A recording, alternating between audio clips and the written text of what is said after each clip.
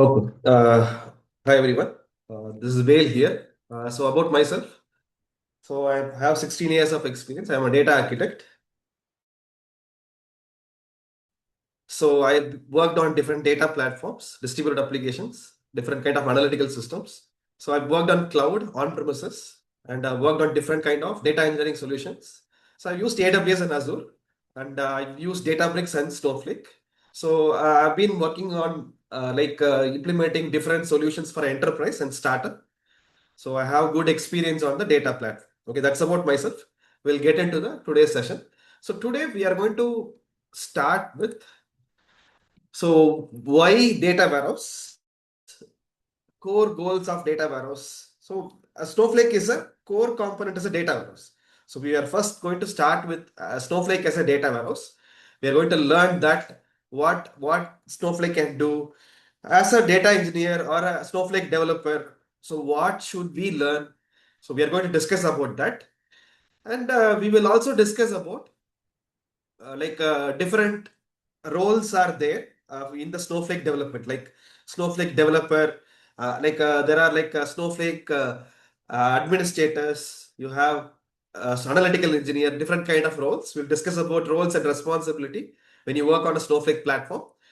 So and then we will discuss about ETL, ELT. Okay, so and we'll discuss about why cloud. So what is the purpose of cloud here and how Snowflake works with the cloud? We will discuss about that. And then we will discuss about data lake and data warehouse. We are going to compare both. So which we will be using very frequently both data lake and data warehouse end to end. And also we will see a small demo on Snowflake today. Okay, so we will see a small demo on Snowflake. So we'll load some data and then unload some data. So we'll see a small demo on the Snowflake. This is what we're going to do. So first, let us start. So I use for course content, I use Notion. So you can see here. So I'll be sharing the contents with you guys after each sessions. So here you can see if you don't have Snowflake trial version, I'll share the URL. You can subscribe to it. So you need a trial version of Snowflake. And if you don't have cloud account, you can either create AWS account or Azure account. Okay, so I'll share the URL later in the session. So you can see Notion link here. So I'll be using Notions for sharing contents, for sharing materials. I'll be using Notion, and then course content also will be later on. We will attach the learning portal where we will get all the materials in the learning portal. Okay, so we'll use multiple things. Okay, so first let us see why data warehouse. So why data warehouse in enterprise? So let us say you are working for a banking or a retail or a manufacturing company. Okay, you are working for a manufacturing company or a retail company. They have applications, web applications. They have enterprise applications. They have multiple users, enterprise users. They have business users. Okay, they are storing data where the data permanently will be saved. So data will be saved permanently in a transactional database like MySQL, Postgres, Oracle. So in the organization, they have OLTP system. Okay, so you have OLTP system where data is permanently saved. Okay, so we have OLTP. So I have web application. So I have front end, back end, I have database. Let us say 3-tier architecture. So I'm talking about a smaller organization, not a larger organization. So let us say it is you are working for a very small organization. They have front backend and a database. Okay, so here let us take it's a e-commerce company or a retail company. So they have a front-end application where users can buy and sell. Okay, and then their data are permanently saved here. So the database can be MySQL, Postgres, SQL Server, can be any OLTP system. This can be any OLTP system. So this is as we are working in a smaller organization, they can have OLTP system because their data is less. But what about a larger enterprise? With the larger enterprise, they may have large amount of users, they may have multiple applications, they may have multiple users. So they cannot use OLTP system for storing all the data. Okay, so they need a larger system. They need a OLAP system. Okay, for analytics, They are going for a OLAP system. So OLAP system, which is meant for large scale analytics. So it's a horizontal scaling system. So what is horizontal scaling? What is vertical scaling? With your OLTP system, like MySQL, Oracle, Postgres, you can have one machine. Okay, you can have one machine. A larger machine, I can have a large machine or a small machine. Okay, so I can have small machine and set up a database.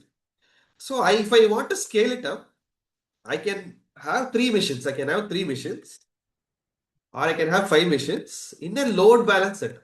Okay, so that means still here you are going to use one machine here, but it is going to do load balancing for you. So when multiple requests comes in, so here when multiple requests comes in, it can handle the load from the users. Okay, so that is what load balancer can do, but still your data resides in one machine. So that is the problem with your OLTP system. So OLTP system, they have vertical scaling, single server. You can see single server. So it cannot be used for different kind of operations. Like you cannot use it for analytical operations. It's not suitable for machine learning, like data mesh architecture. Okay, so your OLTP system is not scalable and it cannot be used for different purposes. Whereas OLAP system, it is designed in such a way that it's a column level storage and it can do horizontal scaling. So here with OLAP system, I can scale it up horizontally. I can add more machines. I can scale it up. So here I can do analytics. I can do ML operations. It supports data mesh architecture. It supports different kind of business intelligence, data mining operations. So in enterprise, we have both OLTP and OLAP. Okay, so OLTP is for transactional purpose. OLAP is for analytical purpose. So we have both. So this becomes source for the system. So your OLTP is one of the source for your OLAP system. There are other sources. So I am talking about larger enterprise. The larger enterprise may have 100 sources. 100 sources. So when you have 100 sources and one of the sources is OLTP, or it can be multiple OLTP systems, you have other sources like ERP system, Salesforce. You have different kind of enterprise products. So everything are sources here. So when I have multiple sources, if I have to do data intelligence, if I have to do analytics, I have to bring the data into centralized place. So I have multiple sources. So I have OLTP, enterprise systems. I have multiple sources. So I'm going to centralize the data. I'm going to bring the data into centralized data warehouse system so that I can do analytics. Okay, so here I can use the ETL tools. I can use these ETL tools for ingestion. Okay, why ETL tools for ingestion? So I have 100 sources. I have OLAP system. So this OLAP can be Redshift, Snowflake, BigQuery, or Synapse Analytics. Synapse Analytics. So there are multiple OLAP systems. Okay, so we will discuss about the pros and cons later. If for now, I'm talking about OLAP system. Let us take Snowflake itself. I'm not going for other system. Let us take Snowflake itself. So I have Snowflake as a OLAP. So in my system, I'm going to collect the data, bring the data into OLAP. So I'm going to bring the raw data. So here I use ETL tools. Why ETL tool? Because here I have 100 sources here. So for each of the sources, I cannot keep writing connections. I cannot keep creating connection details. I cannot maintain connections. I cannot maintain. I cannot handle all the like ETL system. I cannot keep doing all the ETL process here. This ETL system is capable enough to do the data collection better than other systems here. So ETL system is best at doing data collection. So I'm going to use ETL system for ingestion to bring the data to OLAP. Okay, so in enterprise, we have OLTP, we have ETL system, we have different data sources, we have OLAP. Okay, within OLAP, Okay, within OLAP system, you have data warehouse here.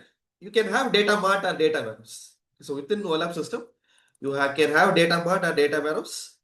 So it can be specific to organization. It can have organization-wide data, or it can be specific to business specific. So I have some sales specific data. Then it comes data mart here. My data warehouse. So my data warehouse, I'm using for specific business purpose. Then it becomes data mart. Or if it is a centralized one, it's used across the organization, it becomes data warehouse. Okay, so that is how your OLAP system is going to behave here. Okay, so in enterprise, we have multiple systems. So we have OLTP, we have ETL, we have data warehouse. So we have multiple systems and we have data lake. Okay, so we have data lake to store unstructured, semi-structured, different type of data. Okay, so before getting into data lake, let us go and see the core goals of data warehouse. So what we are trying to do with the data warehouse.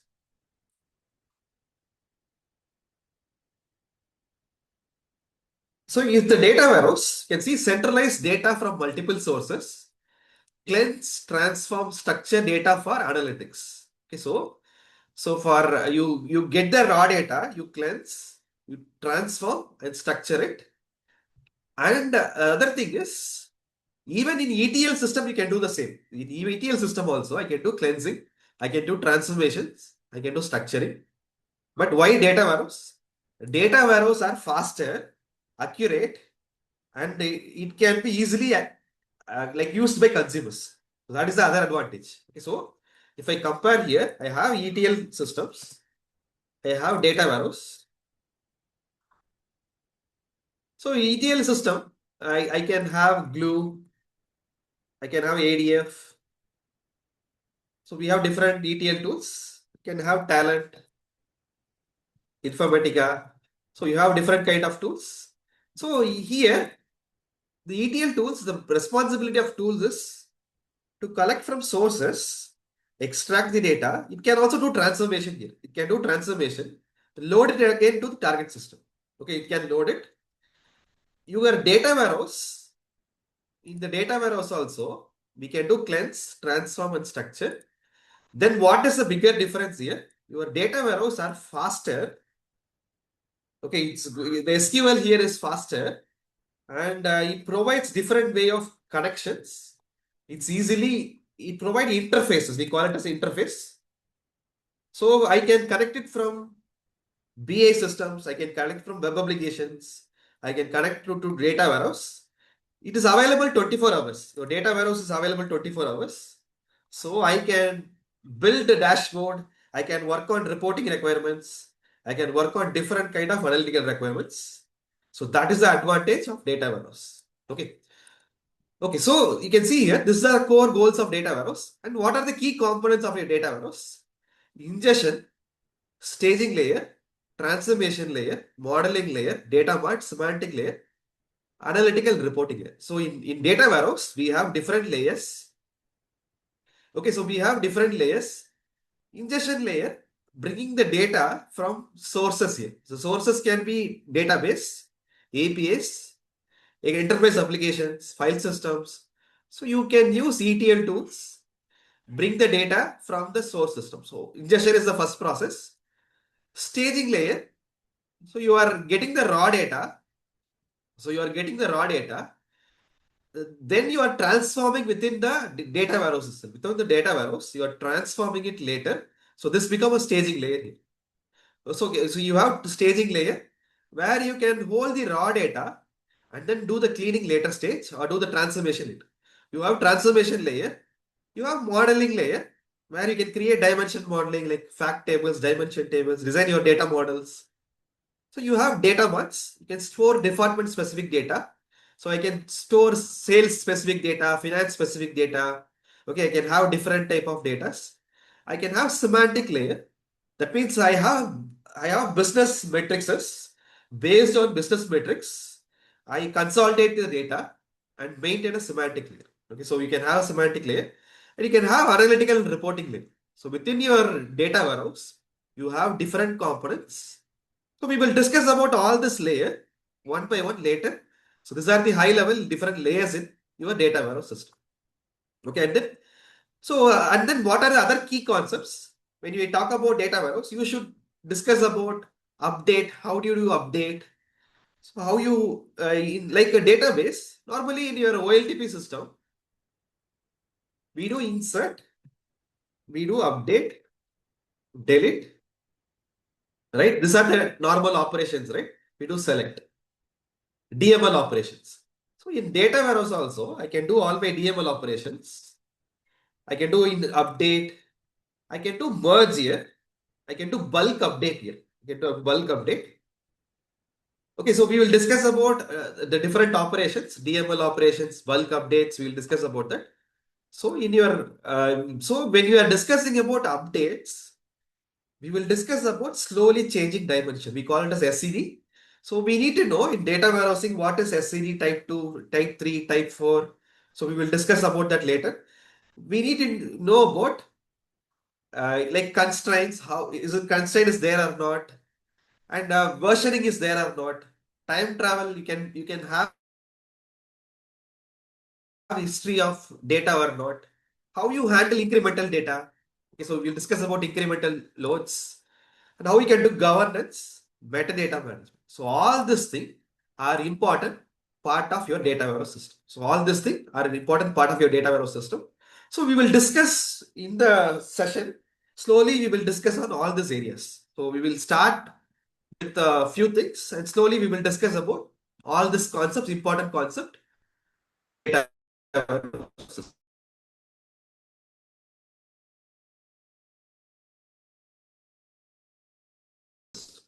So to work on, we need to know all these concepts. So we will be working on different kind of concepts. That is what we are going to do. Okay.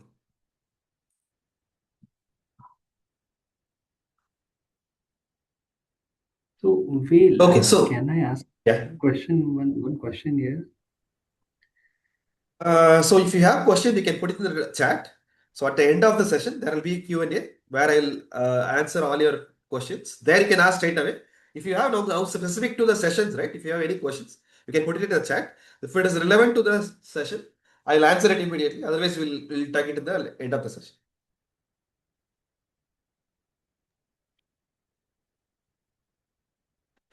Okay. So we have like what is the why core goals of a data warehouse system. Now let us discuss what are the different roles as a developer or a data engineer, what we do in Snowflake. Okay, let us discuss about that. And then we will get into the next section. So we have Snowflake data engineer, you have analytical engineer role, engineers. We have like a Snowflake AA or Snowspark engineers, and you have BI developers and data architects. So we have different roles. So if you see here, data engineers, like as a data engineer, you work with the cloud, you do work with the ETL tools, and you work with the Snowflake here. So you work on the data pipelines, you work on closely with the BA and analytical teams. So you work on Snowflake SQL, you do data modeling, you work with ETL tools, like you use DBT for transformation, you use Airflow, ADF, Glue, and you understand storage systems, and you work on different kind of activity as a Snowflake developer. Okay, so as a Snowflake data engineer. So here, other than this, you can also learn Python. So here the mandatory thing is SQL. So you should have a good understanding about SQL. If you have Python knowledge, it's nice to have. If you have CI/CD skills, it's nice to have. Okay, for a data engineer role. For analytical engineer role, which is like a senior role, where you are going to work between the business and the technical team here. Okay, you are going to translate the business requirement into technical models here. So you should understand the data models, designing a data system here, business thinking. So you are going to write less code. So, but you will work on SQL, but you'll work closely with the business. You will understand a lot more about business scenario. You will design data models here. So you will work between the data engineers and then BA teams here. So that is how you are going to work as analytical engineer. You have platform engineer, Snowflake admin or platform engineers. So they work on the environment here. They work on the environment management. So Snowflake, we have multiple environments like dev, test, prod. We have multiple environments. So we create an infrastructure as a code. We create IAC code. We use Terraform. We work with GitHub. Okay, so this role is more specific to like cloud engineers or DevOps person. So if you are from DevOps side, so if you are from DevOps side, then it's easier to learn work on this role. So here you are more about administration, creating Snowflake users, accounts, governance, infrastructure, creating the environment for the users, creating warehouse, okay, cost allocation, resource monitoring, cost control, warehouse sizing, and optimization. So this role is more of administration side. So you work with the infra side here.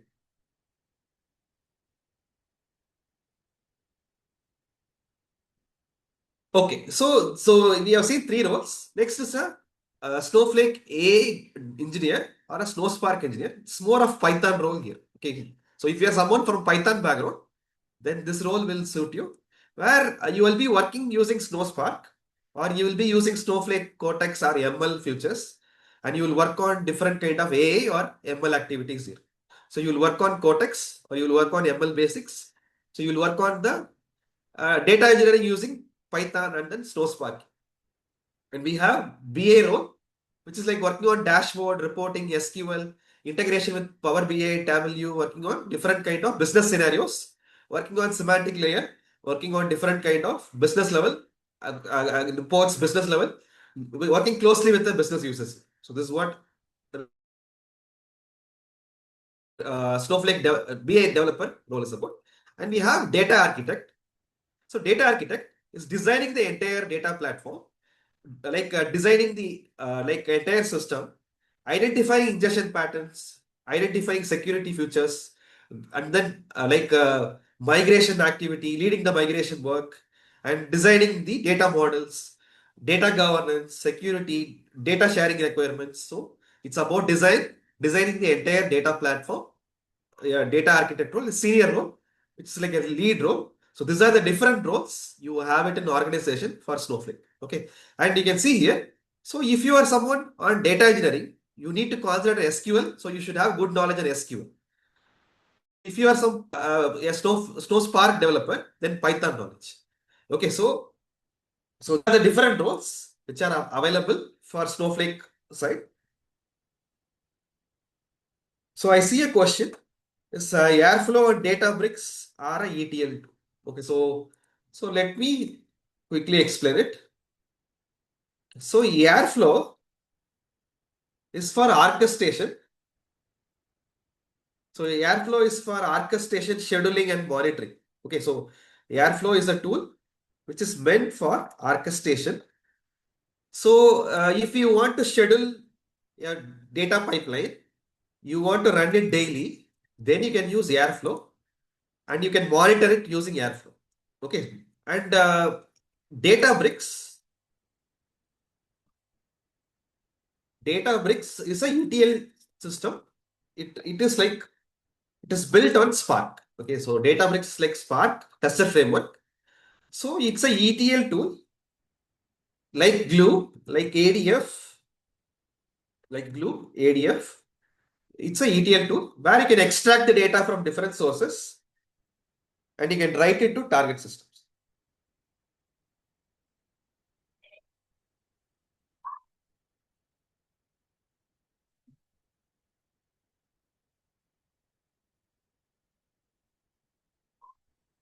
Okay, so Airflow is meant for orchestration scheduling.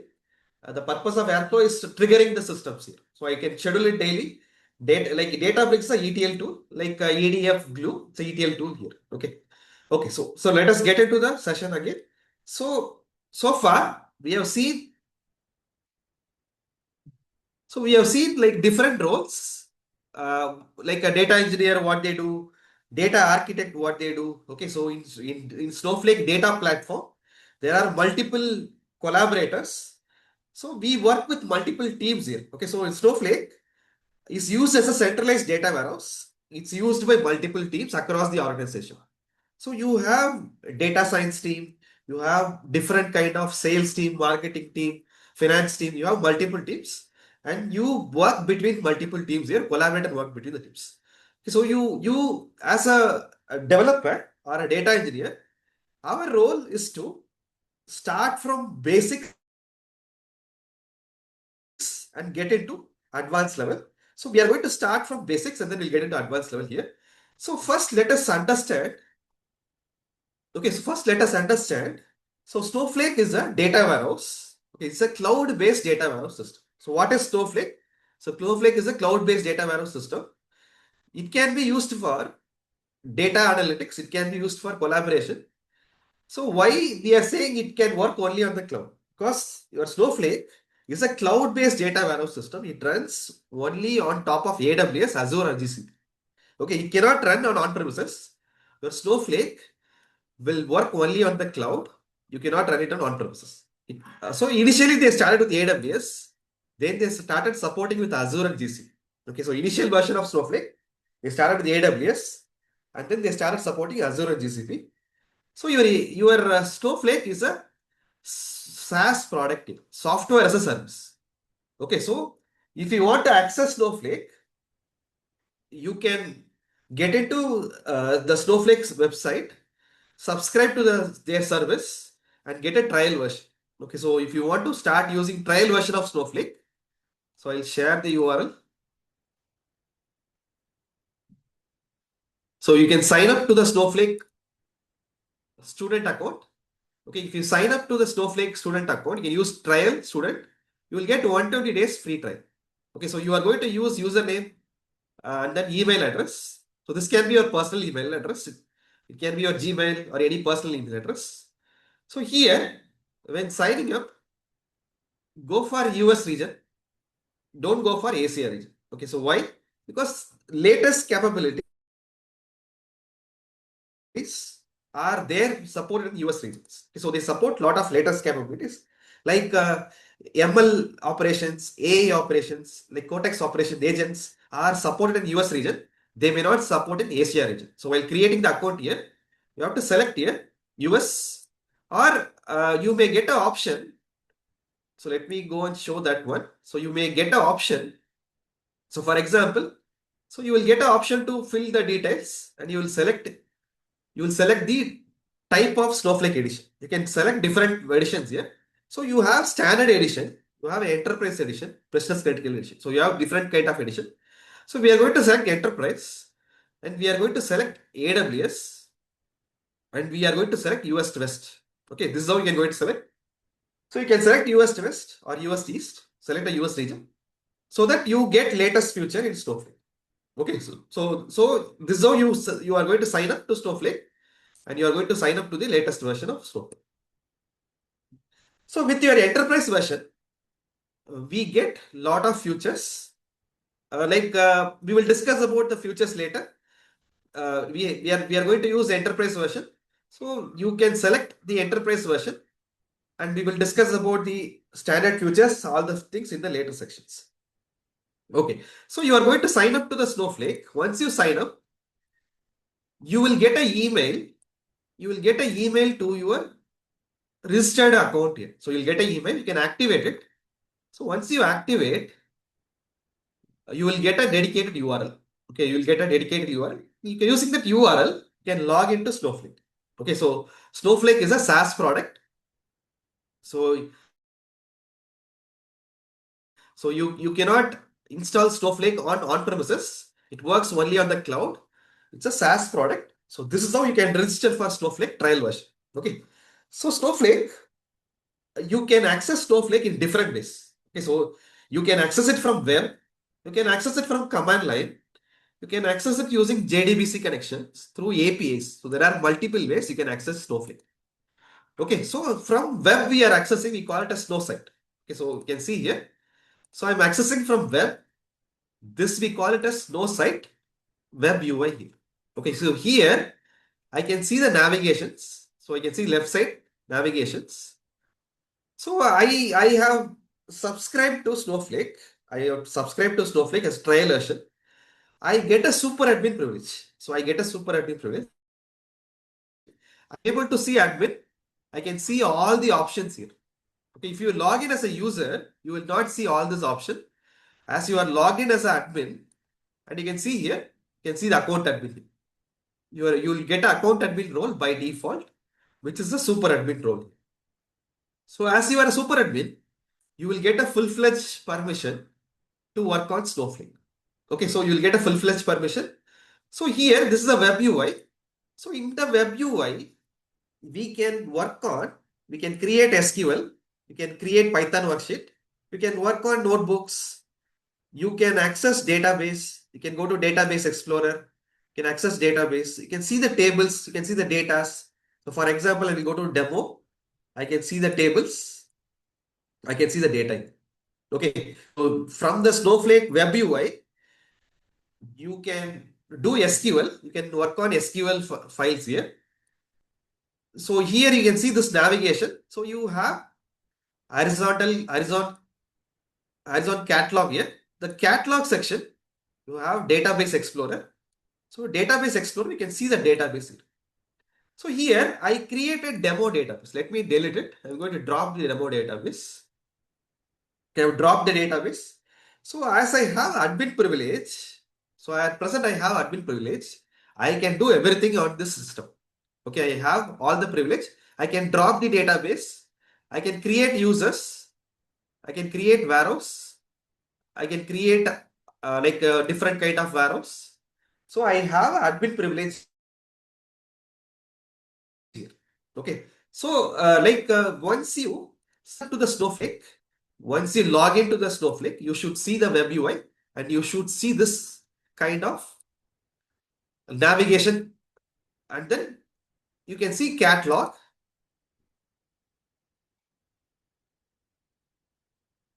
So in the database explorer, I can see all the existing database.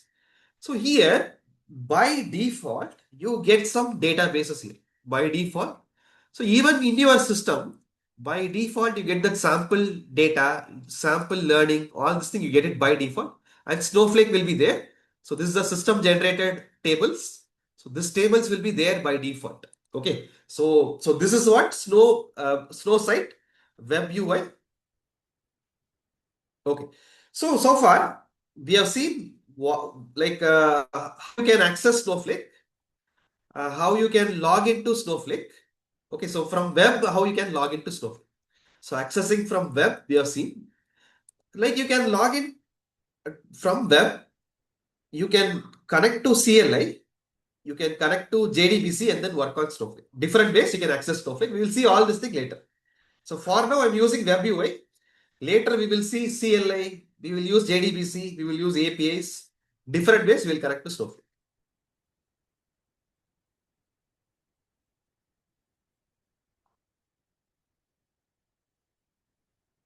Okay, so here, as I said earlier, so why we are coming for database, why we are coming for data warehouse? We are going to store data. What data we are going to store? So I'm working for organization. I want to see their performance. Like I'm working for a retail organization. They are selling products online. So I want to see what was their sales last week, last month, last year. So I'm working for retail company who's selling products online. So I can see their sales. Okay, so if I have daily sales data, okay, or I have hourly sales data, I can store it into tables, and then I can use dashboard, and the dashboard I can see visual, my business users in the visual, they can see the summary of your sales informations. Okay, so that is what your data warehouse is going to help you. So it's going to help you to do analytics. It's going to help you to It's going to help business here. So the data warehouse system, whatever you are trying to build, it's useful for the business users here. So that can be top line business, or it can be a mid-level business teams. It can be different business teams in your organization. So data warehouse system is not used by end user. So your OLTP system, your database are used by end users. So your end users are like your customers, right? So your customers are using OLTP system. Your OLAP system is used by internal users, business users, internal different business group users. Okay, it's used by internal teams or top line business. Okay, it's not used by end user here. Okay, so we are going to do intelligence here. So the data warehouse system, we are going to do data intelligence. So like with a lot of tech startups, they come up with a lot of ideas, right? So they come up with a lot of new ideas, right? So how they come up with from the data, from as they have the data, they have the historical data. So they need the current data, they need historical data, and they have the data points here. So from the data points, they bring lot of they build data products here. So from the data points, they build the data products. So that data products are helping business to build new products, to identify new segments, to bring more customers. Okay, so your analytical system are going to help business to grow further. It's going to help organization to bring more customers. Okay, so that is where data warehouse systems are used. So it's used by internal teams, not by end customers here. Okay, so far we have discussed about what is data warehouse, how you can access Snowflake, and what is Snowsite. We have seen what is Snowsite. Okay, so now let us get into the next one. Okay, why cloud here? Why cloud? So we have AWS, we have Azure. Okay, so what cloud providers are doing it? They are providing you different services here. They're providing you service. So I want missions, I want VMs.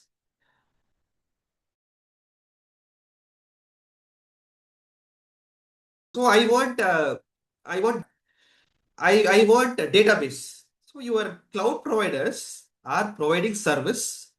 They are providing different resources as a service. It can be VM, it can be compute, it can be database. So if you go to AWS, they provide you 100 plus services. They provide you 100 plus services. So you can see EC2, you can create virtual machines here, you can create Linux machines, Windows, Mac. I can create different machines here. I can go to database. I can create a database here. I can create a MySQL, Oracle, SQL Server, different database I can create. So I can work on mobile application, machine learning applications. I can work on analytical systems. So your cloud providers are helping you in providing the infrastructure here. Okay, so they are helping you in providing the infrastructure. So as a enterprise, I don't have to worry about the infrastructure. I can go to cloud provider and I can start using it immediately. Okay, so I don't need an infrastructure, physical infrastructure. They are providing the infrastructure for it. So if I want VM, I can get it from cloud. If I need database, I can get it from cloud. Okay, so from the cloud, I can create virtual machines, storage, compute. So it's a pay and use system where I can use it and then pay. Okay, so here I'm using AWS cloud here. You can see here S3. S3. So S3 we call it a simple storage service. Okay, simple storage service. So this we call it as data lake. Why we call it as a data lake? Because here I can store large amount of data. So here S3, I can store large amount of data. It's highly scalable. I can store different type of data. I can store I can store any type of, it's like a folder and files here. Like I store it in my local machine, like a drive. like a drive, I can store any kind of data here. I can store structured data. I can store video files, audio files, images, everything here. It's cheaper here. Okay, in the cloud, your data lake is very cheaper for enterprise. So they can bring the data and use it as a staging layer, or they can bring the data from multiple sources. They can have structured data, unstructured data, semi-structured data. They can have it in the data lake. Okay, so in organization, they use cloud. They use cloud for infrastructure, right? So they want infrastructure. They want to store data, or they want VMs.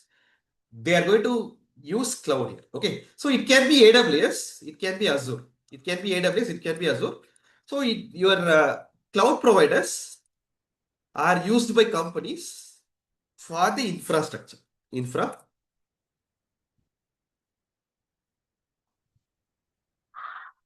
Okay, so far we have seen Snowflake. Snowflake runs on top of cloud. Snowflake runs on AWS or Azure. So how we can see it? I can go to my. You can see here I am in the snow site. I can see here my Snowflake is running on AWS. You can see here my Snowflake, the subscribed version of Snowflake is running on AWS. You can see AWS icon here, and it is running on Asia Pacific, Singapore region. I can see the account details here.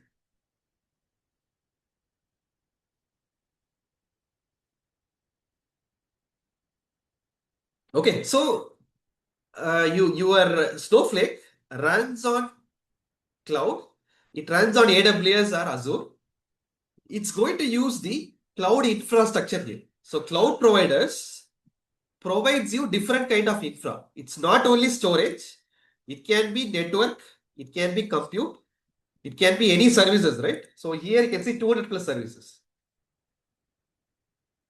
So you can see here 200 plus services. So 200 plus services. They provide infrastructure as a service, platform as a service, software as a service. Okay, so they are your AWS cloud provider provide different services. They can provide storage as a service, software as a service, or infrastructure as a service. So it can be different kind of services they provide. So you are going to use it for different purposes. So if I need to store structured data, I'll go for database. If I need to use VM, I'll go for compute. If I want to do analytics, I'll go for analytical system. So here you have different kind of systems here. You can pay and use the system. That is what your cloud provider is about. Okay. So far we have seen about why cloud, and then we have seen what is why cloud is required and what cloud providers are giving us. Okay, so we have seen that. Now let us in the real world. So how companies are using Snowflake? How companies are using Snowflake? So we have data coming from multiple sources. So data are going to come from multiple sources. I can bring the data, store it into Snowflake. But Snowflake is a costlier system. Okay, Snowflake has cost because it's not as cheap as your data lake. Data lake is cheaper. Your S3 is cheaper. Your data warehouse is a costlier system. So I cannot bring all the data, dump all the data into Snowflake. Okay, so what we do, we have important data. We have it in Snowflake. And there are the staging layer. We have a data lake as a staging layer. So in enterprise, we have data lake as a staging layer, and your data warehouse. So data warehouse will be used as a analytical system for all your analytical workloads. Okay, so this is going to act as a staging layer, and this is going to act as an analytical workload here. So we are going to combine both the news. We are going to use data lake also. We are going to combine data warehouse also and combine both the news in the enterprise. So that is how we are going to use in the real. Okay. Now let me do one thing. Let us go and do a quick demo. I'll go to Snowflake. I'll log into Snowsite. Just log into Snowsite. I can click on SQL file. Okay, I'm opening a new SQL file.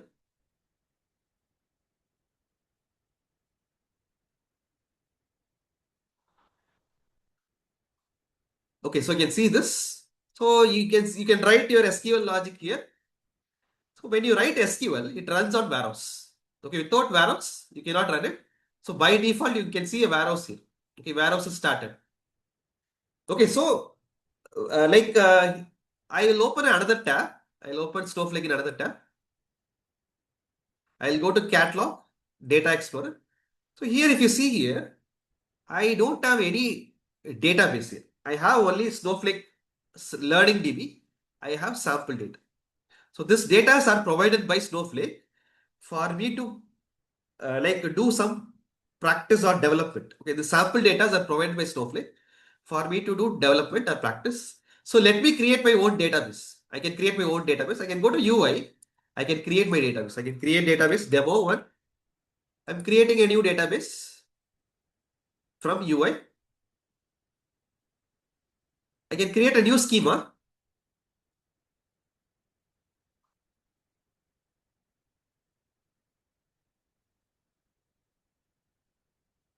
Okay, so here it's a three-level namespace.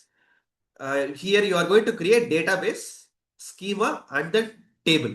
Within the schema, you are going to create the tables. You can see tables here. So you have three level of namespacing. You have database, schema, and then table. So I can click here. From UI itself, I can upload a file. For example, I have a CSV file in my local. I'm going to upload a CSV file.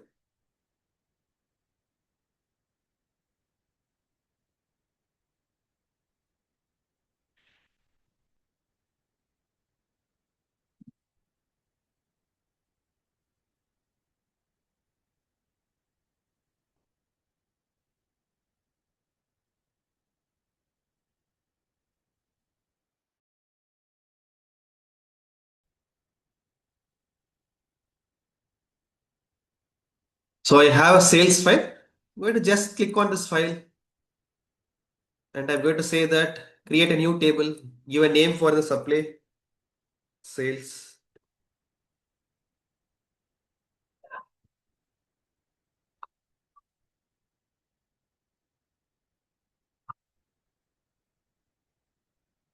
Okay, you can see here, it's asking me.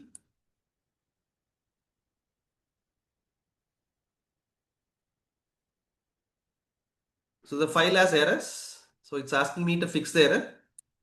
Or let me use a different file. I'll go for a simple scenario here. I don't want to complicate things. I'll open a different file.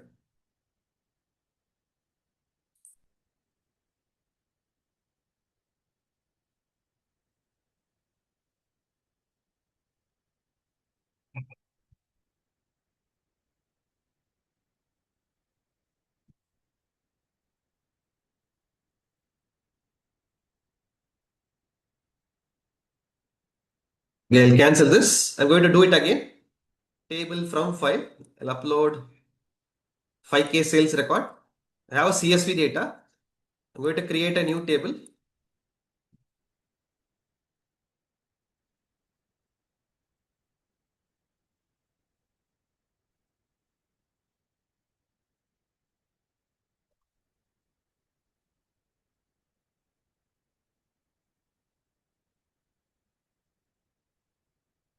Okay, so I cannot do it from UI because there is a mismatch, column header mismatch. I am not able to do it from UI. Okay, so if the file has errors, if the file has CSV file has data issues, then you cannot do it from UI.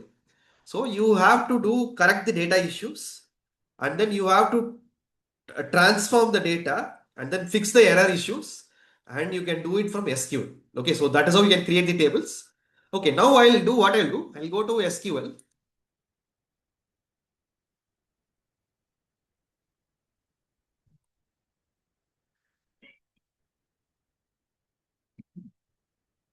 So I'm going to, so in my S3, so I have S3 here.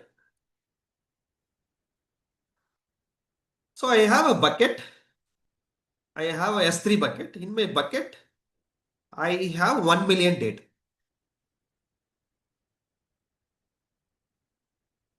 So I can see sales.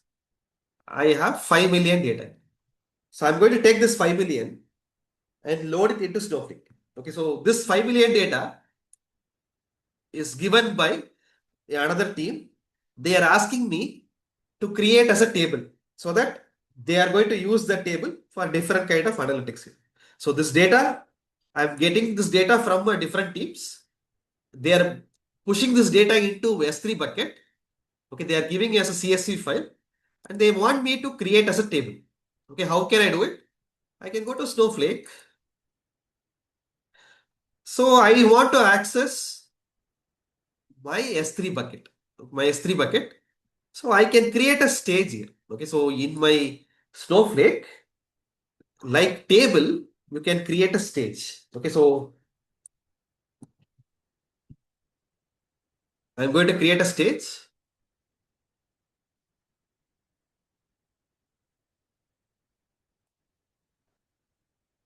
Okay, so I'll explain all these commands later. We will discuss about all these commands later. For now, I'm creating a stage. You can see here, create or replace stage, AWS stage. I'm giving some AWS credentials, and this is my bucket name. I'm creating a stage here. I can select my database. I can select my schema, create a stage. So let me check my database name, demo schema, database name demo. So we have created a stage. Now if you go and refresh here, I can see the stage, AWS stage. I can enable directory. I can see the stage files here. I can see the CSV files. Okay, so what we did, we just created a link here. Okay, we created a link. I added my data lake. I added my S3 bucket to my Snowflake account. Okay, to my Snowflake account, I added the S3 bucket. So now I can access this data, load it into Snowflake. So I can access this data, load it into Snowflake. Let us do it.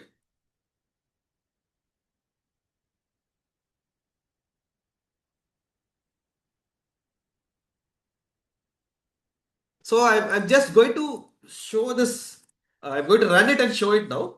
Later I will explain about the syntax. Later we will discuss about the SQL here. So for now, like creating a table, I'm creating a table. So for the sales data set, so for this 5 million data set, I'm creating a table.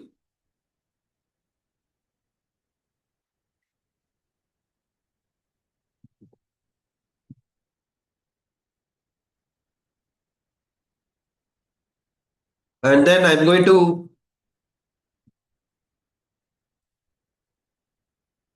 copy the data. Okay, so I'm going to first create the table. Table got created. And then I'm creating a CSV format. And then I'm going to do copy. Okay, you can see here, in a few lines of SQL, I am able to copy 5 million data from my data lake to Snowflake here. So you can see here is the query is running. It's trying to copy, it's taking 5 million data from here and copying into Snowflake here. Let us refresh it. See the tables, sales record. You can see 5 million here. Okay, so how fast it was? So you can see it loaded all the data. So we used a copy command and we loaded 5 million here. I can see the data now into Snowflake. The CSV data, which was given to me, now I created as a table. Okay, like few SQL commands. By using few SQL commands, we just copy the data from data lake to data warehouse here. So this is how you can easily do it. You can load and unload from data lake to data warehouse easily. Because it's both are in cloud environment, it can work easily. It can copy the data from data lake to data warehouse easily. Okay. So far, what you have seen is, so I created a table. I created a table, sales record table, and I copied 5 million CSV data from my data lake to this table. Okay, so this is what we have done so far. So this is how you can bring data from external system into your data warehouse. So from external systems. So in organizations, they are going to dump lot of data. They are going to bring the data into data lake. and they may ask you to load it into data warehouse. Okay, and then they may ask you to transform the data first. So for now, I load it in raw form. The data is in raw form. So later I may have to transform this, clean up this data. I have to do data modeling, convert this data into different forms. Okay, so far we just loaded the raw data here. So in real world, they are going to give me the data and then they may ask me to convert the data into different forms. So that is what we are going to do. Like we are going to do one by one, step by step here.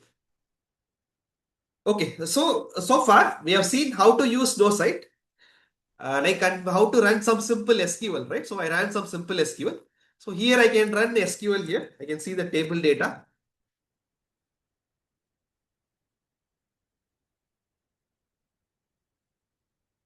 So I can run the query and see the output. Okay, so I can run the SQL here. And so this SQL editor where you can run the queries, you can see the output. You can see the number of rows, the time here, time taken. So this SQL editor where we are going to write SQL, where we are going to work on different kind of logics. So okay, so far we have seen about the basic thing we have started with. So we have seen what is Snowflake, why we need Snowflake. Okay, so and then we have discussed about how you can access Snowsite, how we can access Snowsite, and we have seen a simple use case how you can take a data, a large amount of data, load it into data warehouse, store this data into data warehouse as a table. So that is what you have seen. Any question on this?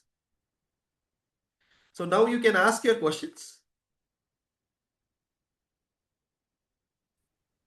I will. Yeah. On Snowsite, you have mentioned the data warehouses, right? What is that actually? Where you will? On Snowsite, you show data warehouses, just like databases. In the snow site, you are saying where I can see data Yeah, warehouses. that warehouses. You On can under compute. see compute warehouses. You can see What is different this? things. Right, right. So yeah, so we will discuss about this detailing, but let me explain you high level. So in Snowflake, you have compute layer. When I run a SQL, so here when I ran a SQL, I'll go to my SQL.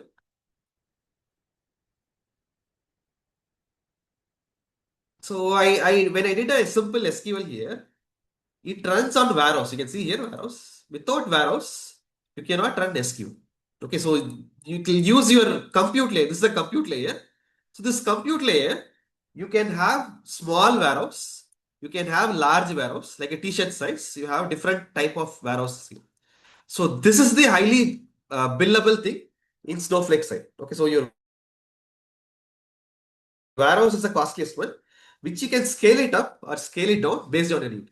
Okay, and when you are not using it, it will automatically get suspended. But this is the thing where you will be charged for your computer.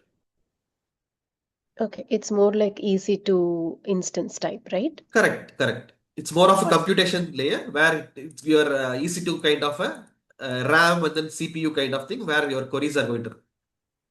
got it. Thank you.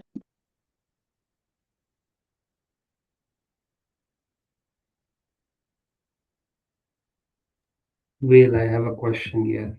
Yeah, go So ahead. when you ran the copy into statement, right? Yeah, So it actually pulled the rows from that CSV file and it tried to populate the table with some rows. Okay. yeah. Now, the underlying data of this table is also present in cloud. So where exactly would that data be in cloud? Can we know that location or can we access it with some sort of Okay, so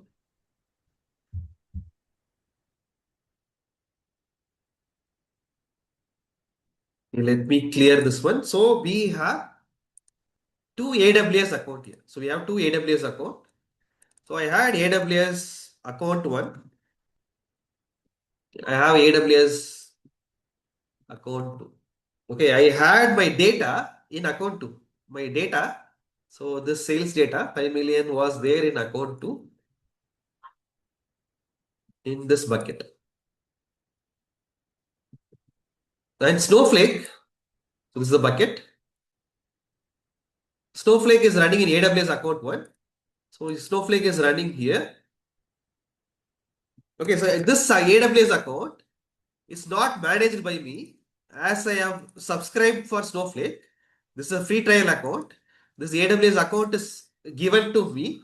So I don't manage it. This is my own account. This is my own account. My data is here. So what I did, I created a stage here. I created a stage and mounted this AWS account and then started using this data. Okay, I started using this data. So when I did a copy command, so here I created a table and then I copied this data using copy command. So this data came into this Snowflake layer. So the data is loaded here. So here it is stored in this Snowflake. The 5 million data is stored as a table. Okay, so you are asking, can I see this data? That is what you're asking. Which data you want to see? Yes, the one which is in the table, the underlying data of this table, You which is cannot there see now. it. This managed by Snowflake. It's a proprietary of Snowflake. You cannot access this bucket. You cannot see this data. All right. You can see But as a table only. You can query that one. You can access as a table. You can do you can access the data as a SQL only. You can access it. You cannot see the data, even though it's stored as a bucket. It's stored as a object storage, but you cannot see the data directly. You can access as a table. so there's an abstraction. Yeah, there's abstraction. That's a proprietary solution of Snowflake. They don't allow you to access the data directly. Mm-hmm. Mm-hmm. Okay.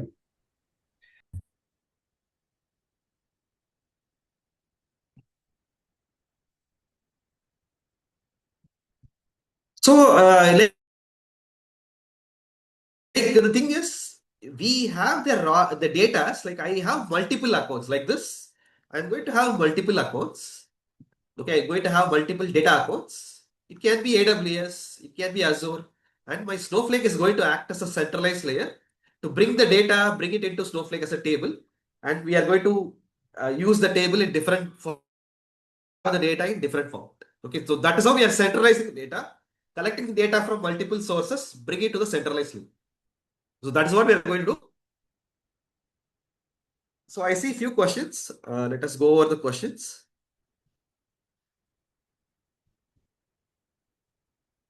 Okay, so what is the difference between Airflow, CI/CD, GitHub? So Airflow is for orchestration. I already explained that. It's for scheduling and orchestration. GitHub is for continuous integration, continuous deployment and delivery. Okay, so like you have multiple environments. You have stage, QA, prod. So in real world, you are going to have multiple environments. So you have to deploy the changes you are doing it on all the environments. I cannot deploy only on one environment, right? It's not that your job is done. So you have to deploy it on all the environment. So you have to commit your code to GitHub. So you have a release process in organization. So in enterprise, we have a release process. So where they will do code review. So there will be a like I'll go to GitHub. So we will commit the code to GitHub. You can see here. So we will commit the code to GitHub. It will be reviewed. There will be a lead or manager who is going to review your code and he will approve the PR and then only it goes to other environment. Okay, so there is a review process, there is a release process in organizations. That is why we use GitHub or GitLab for continuous integration and continuous deployment. Okay, I see other question.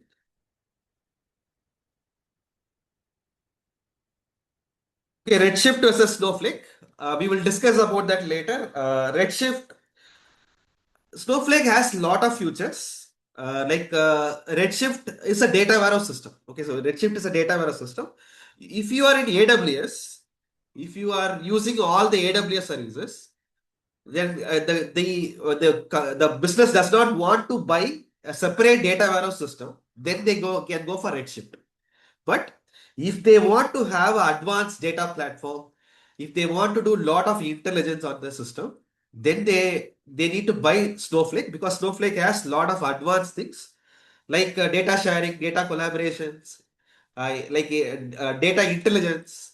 So it has a lot of things, streaming systems. So you when compare with Redshift, you have a lot of things on Snowflake. We will go through detailing later in the sections. When you're going to cover the comparison, we will see detailing about both the comparisons.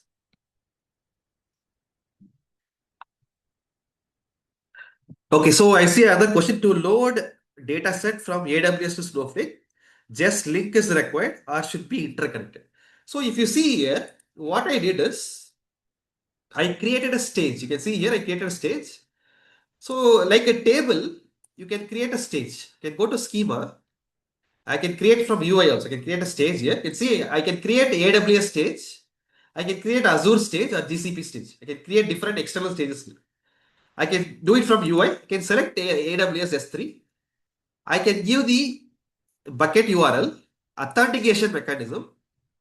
I can select different type of mechanism. I can select storage integration or I can select secret keys here. Okay, so I use secret keys. For development purpose, you can use secret keys. In the production scenario, you will use storage integration. Okay, so later you will see storage integration. So for now, I use secret keys. So I gave the secret here. Okay, that is how from my Snowflake account, I was able to access my S3 data here. Okay, so if you go and see here, so I had two AWS account. So from this Snowflake account, I created a stage. I used the AWS secrets here. I used the AWS secrets and created the stage. So so this becomes my integration here. This is my integration. So now I'm able to access the data from, I'm able to create a connection, access the data here. So later, I think next week we will discuss about cloud integration. We will see about detailing about how to create stage and how you can, what are the different authentication mechanism. We will discuss about the storage layers. We will discuss about the cloud integration, everything detail. Okay. So I used secrets here and I created stage. So that is how I was able to access my S3 bucket. Okay. Any questions from? Well, I have a question. Yeah, go ahead. So you attempted to create a table using the UI. Okay. You Yeah, uploaded a file, and then there were some sort of errors which started popping up on your screen. correct. Okay. So in the classic Snowflake UI, there were options like on error, what needs to be done. If the count of errors exceeds the threshold, what needs to be done. Do we have similar kind of feature in the latest no site UI, or we just we would like, or shall we explore it like? So if there is a error, can I continue it from UI? That is what you're asking, right? Yeah. So the copy into statement had a small line over there, on error Yeah, equal to continue. correct, correct. So when you attempted to load the or upload the file using the UI and you tried to create a table using the UI, won't this option be available there, like on error It equal to it 20? is there, but you have to do a lot of configuration there. Okay, so the data issue Okay. was there. I have to do a lot of Mm-hmm. things. That is why I skipped the step because Mm-hmm. that here it was like a simple problem. There we had a lot of issues, so we have to resolve Mm. all the issue. So that is why I skipped the step. But there also you have on error you can continue. All right. So furthermore, is there a constraint on the file size which can be uploaded for creating a table using the UI? Yeah, there is a constraint. You Okay. cannot use it for a What? large file. Only for small files you Mhm. can do. All right. And is there a constraint on the format? Like I cannot upload a Parquet file or a ORC file. Is there a constraint on file Like format? doing it from UI is just for some demo purposes or for some testing purposes. So normally Hmm. you do it from copy command. You will not do it from Hmm. UI. It's not a good practice to do it from UI. Understood. Okay, so And so other thing yeah. is normally we can also write a select statement. I can do Mhm. safe casting. Okay, I can see the data type. I can do data quality checks. Then I can write it or ignore the records. So we have a lot of things. When ingestion itself, you can allow errors, reject the errors. You have a lot of things you can do it in the ingestion itself. Okay, so copy command is one way. You have multiple ways of loading the data. We will see all these ways how we can do it in multiple ways. Hmm. All right. So I get your point, but there Yeah, are one more question. Like in the PowerPoint, when you were showing the steps for creating the uh, free trial account on Snowflake, you yeah, mentioned that we could use the US region, east or west, yeah. whatever. But in your Snow site UI, it is Asia Pacific region. Can you please confirm? Yeah. So my account is in Asia Pacific, and I have talked to support, and I have enabled Cortex. I have enabled all this thing because my account got created long back.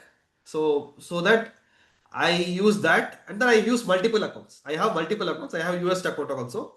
So I use multiple accounts. My account is an Asia Pacific because Mhm. I show use this for demo, so I use it for Asia Pacific. But so Okay. if in this one, the Cortex is enabled here. How it is enabled? Because I raised the support ticket. You can see here. I Mhm. raised the support ticket Mhm. and I asked them to enable it. Then they enabled for me all the latest feature. So that is a difficult one. That is why you can go directly to US region. Then you will get all the latest feature in the US region. So don't go for Asia specific regions. Understood. Well, there is one more question. Like, Yeah. see, from a very layman point of view, from a very non-technical user point of view, why exactly am I supposed to use data warehouse, and why exactly am I supposed to opt out from database?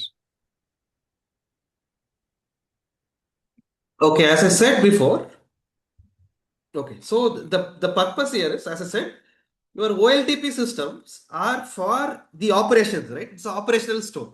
It's an operational purpose. It's used by the applications team. It is used internally by the customers.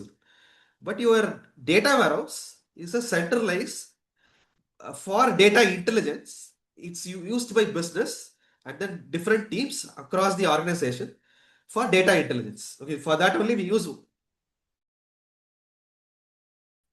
data warehouse system. Okay, so it's going to add value to the business. So we are going to collect data from one date, bring it to centralized layer, and then we are going to intelligence. So we have multiple systems which are sending data, but there is no consolidation happening. There is no centralized storage happening. So only our data warehouse system collaborate and bring the data and then do intelligence. That is why we use Snowflake. So is it clear? So, why is the data of the database not ready for intelligence? Like, why it is not ready for analytics? Like, Like so, as I said earlier, so you are not so okay. So database, how many months of data it has, or how many years of data it has. So OLTP is having a scalability plan. Your OLTP has only 6 months of data. Okay. I have 6 months of data in OLTP, whereas I need for my analytics, I need historical data. If I want to do ML operations, I want 5 years data, 10 years of data. So then where can I get 10 years of data? I cannot get it from OLTP because OLTP has only current 6 months of data or last 1 year of data. So my OLAP system will hold the historical data, will have current data, and it will have consolidated data. Okay, so this is where I will have different data from different systems. Here it is operational data. These are the transaction data, which is directly coming from operations. So you cannot affect the operations. If I'm going to touch this, do analytic top of this layer, it will affect my end users. It's going to affect my operation. So I'm not going to touch this. I'm not going to do analytics directly here. I'm going to use this system and I'll bring it here. It has historical data. This is highly scalable and it can run concurrently. So this is where I'm going to do analytics. I'm not going to touch this here. Is it clear? Yeah. And you mentioned one point, scalability. Yeah. So why exactly scalability kicks in for OLTP? So we are working for a larger system, right?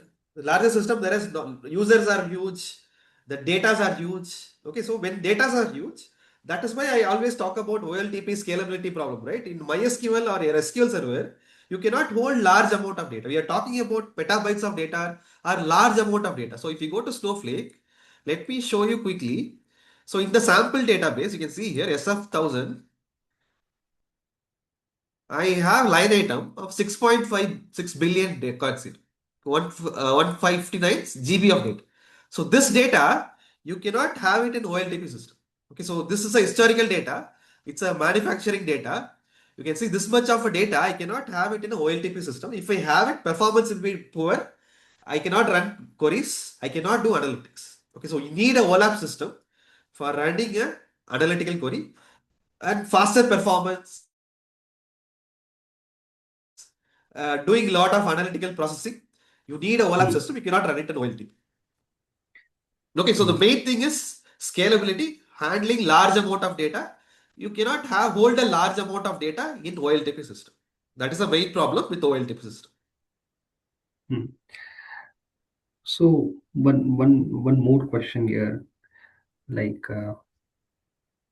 there isn't any cloud platform which has come up with a service which competes Snowflake, or why exactly is Snowflake more preferred or more extensively popular as compared to services of any cloud platform? It is like because of the data collaboration, data sharing, cloud. It's like available on the cloud, right? And it is the UI is easier for anyone to use it. So lot of things, right? It's not one feature. Lot of things, Mhm. combination of multiple things. Data sharing is easier. I can share the data easily. Data sharing is difficult in Redshift, data sharing is difficult in BigQuery. Okay, but Snowflake it's easier to share the data. Data collaboration is easier. Marketplace pushing the data to marketplace is easier. Okay, so data sharing collaboration is easier in Snowflake. And the other thing is everything is SQL here. And the important feature is warehouse. Okay, so warehouse is an important one. Scaling up or scaling down is easier. So you can avoid charges when you don't use it. So that is again the advanced feature which we have it in Snowflake. So you will not be charged when you are not using it. So that is again a good feature of Snowflake. And other thing is Snowflake has a concept called micro-partitioning. Okay, so micro-partitioning. So where your queries are faster when comparing with any other data warehouse system because of the micro-partition. So SQL in Snowflake is very faster because of the micro-partitioning. So that is why it's preferred over other data warehouse system. So when it comes to the Hive service or Hive, Apache Hive or Apache Beeline and So Impala. this is the introduction session. You're getting lot more into other details, right? You're comparing with Hive Okay. and getting into other things. So we will discuss about it. You will get into all this detail later. So Hive is completely different system, right? Hive is meant for big data system. It can store a large amount of thing, but you cannot compare performance of Hive with Snowflake.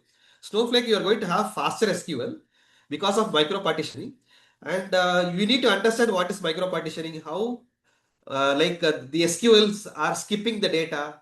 You need to understand that concept, then you can compare with Hive. Because in Hive, you don't have that concept. Your SQL will be slower in Hive.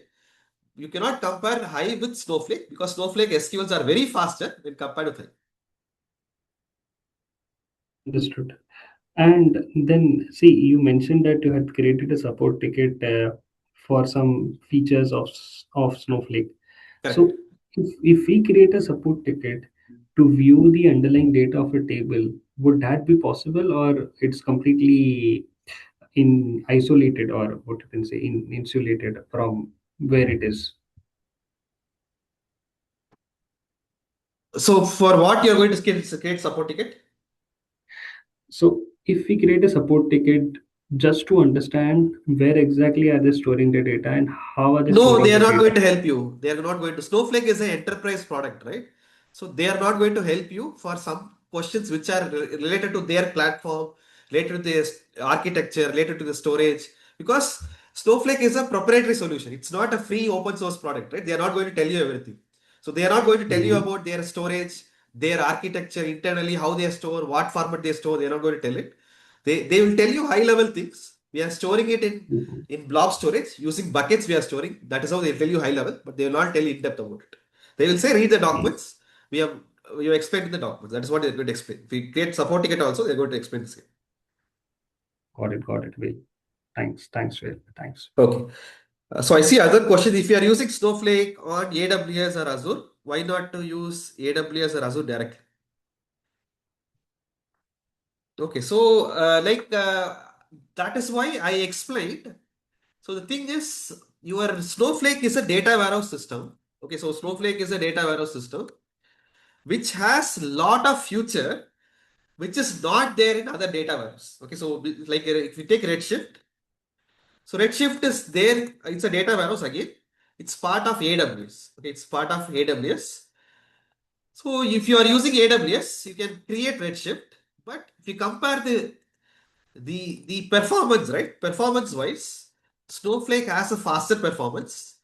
They are faster and they have a lot of advanced options than Redshift. So we will discuss about different options like data sharing, data collaborations, faster SQL, integrations, easier integrations. So lot of future you have with Snowflake.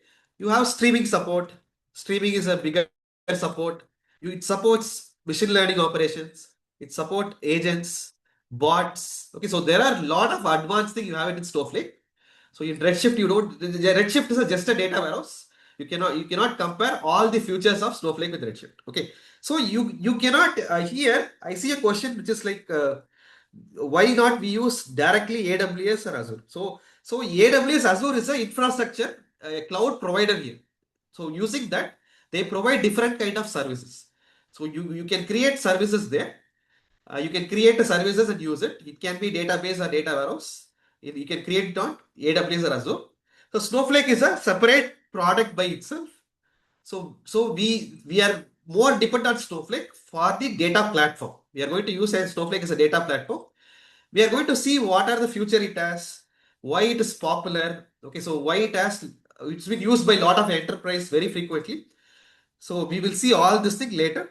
We will see the main features and then the latest features of Snowflake one by one later.